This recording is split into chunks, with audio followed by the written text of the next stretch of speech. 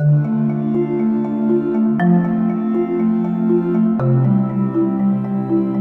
are so many factors that are playing out right now that I do think it is a civilizational moment. It's an age in which humans have to discover that their ability to survive and thrive depends both on each other and their relationship with the planet. I chose business as a way to create change because I always knew I wanted to make an impact. And for me, the challenges that I wanted to tackle happened to be challenges that are aligned with Sustainable Development Goals. I think the evolution of the development world already is developing different visions, and rightly so.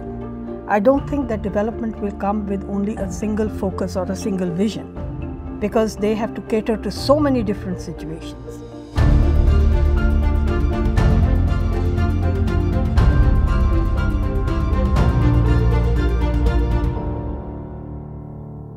If you think about the future of development, the first thing that comes to mind is disruption. We have lived through a pandemic. The UNDP Human Development Report estimates that we regress probably to the year 2016 in terms of development progress. We obviously have to deal with a great deal of these disruptions right now, but what is quite clear is that there are also opportunities. I think the increasing recognition in the power of technology are driving change in the development world. I also think it's becoming more inclusive in involving the young people, a collaboration between the private and public sector, but also an understanding in the importance of having local partners and local knowledge when building solutions. I think the factors that are now driving the change in the development world is a more attuned approach towards people-centered development. So I think these are some of the things that we have to now build upon. And build upon in a way where we are able to transfer a belief in the equal right to dignity to the next generation.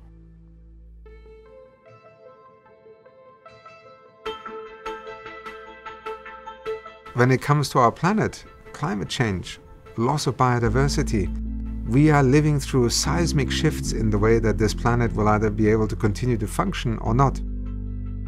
The first challenge we have is, how do we cope with the short term, not at the expense of the long term?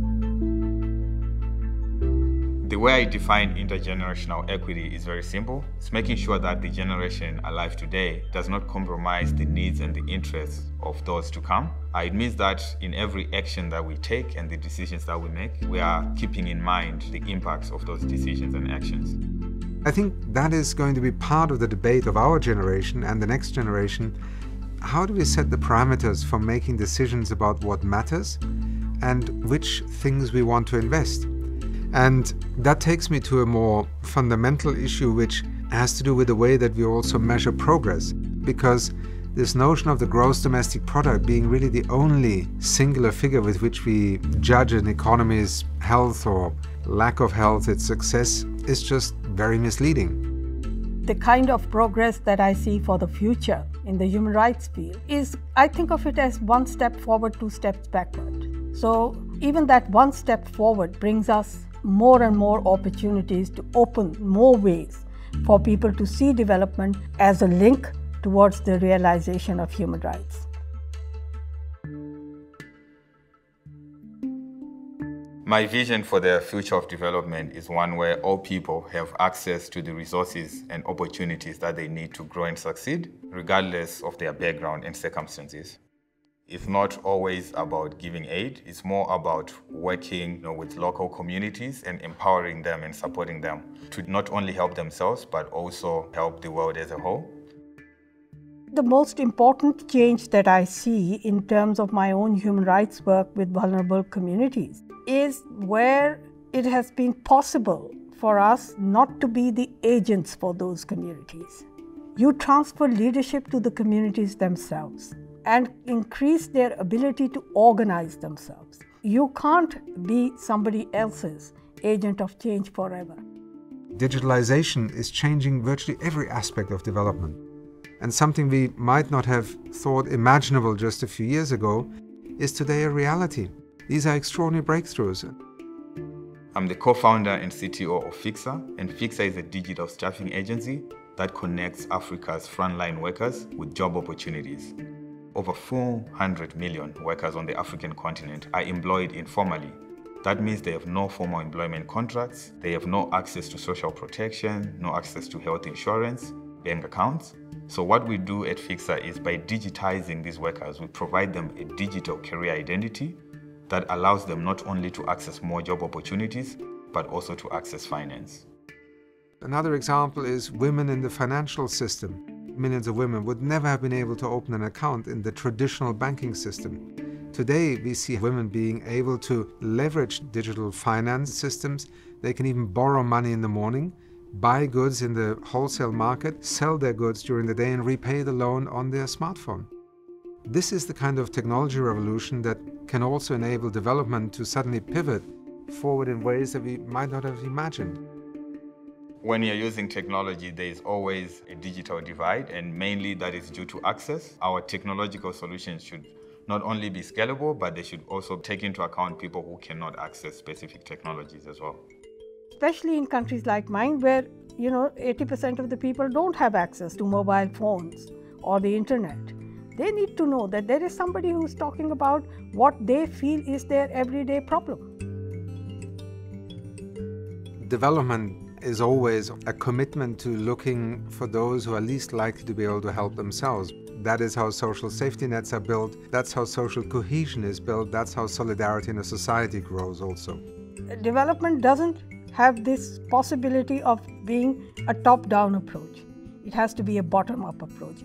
So minorities, whether they are religious or ethnic minorities or racial minorities, these are the people that you must see.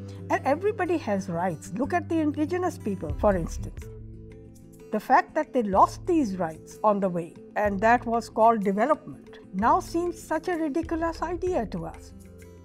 If development models are serving communities, it is only then that development becomes sustainable.